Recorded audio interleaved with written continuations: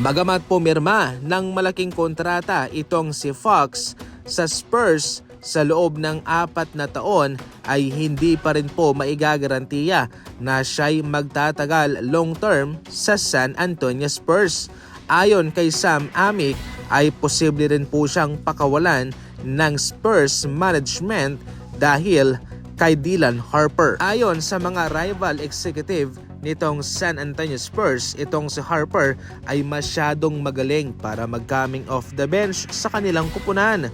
Kaya sa darating na mga susunod na mga taon ay magkakaroon daw ng mahirap na desisyon itong San Antonio Spurs kay Harper at kay Fox.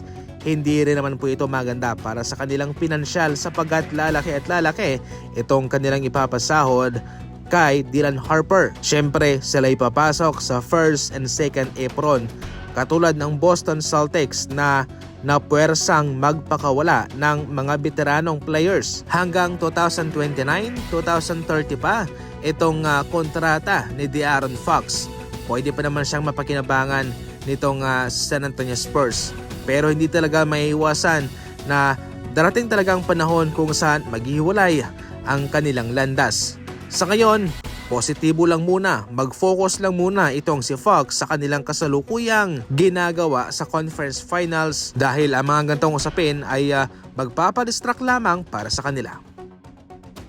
Agresibong-agresibo ang Los Angeles Lakers kay Herb Jones ngayong off-season. Actually, ayon kay Evan Sidri ay mayroon nang naka-arrange na mga ipapalit itong Los Angeles Lakers sa kanya.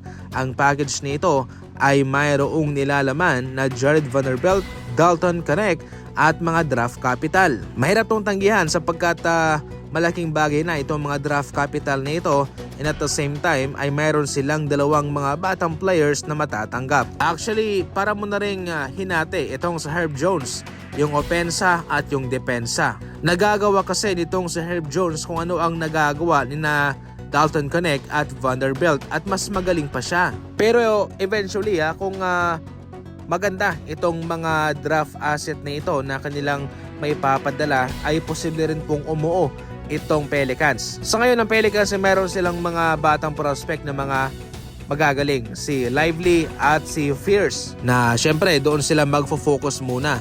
Kaya sa ngayon, most likely kung ito'y matutuloy ay pwede po naman itong magamit ng Pelicans sa kanilang trade package, sa kanilang ipapadala para sila'y makakuha ng isang magaling na role player na po pwedeng tumulong at maging mentor ni na Lively at Fierce sa hinaharap. Siyempre, mayroon pa naman silang Zion Williamson. Mangangailangan na lamang sila ng mga role player para sa kaunting tulak para sila'y makasabay naman sa mga contender na team.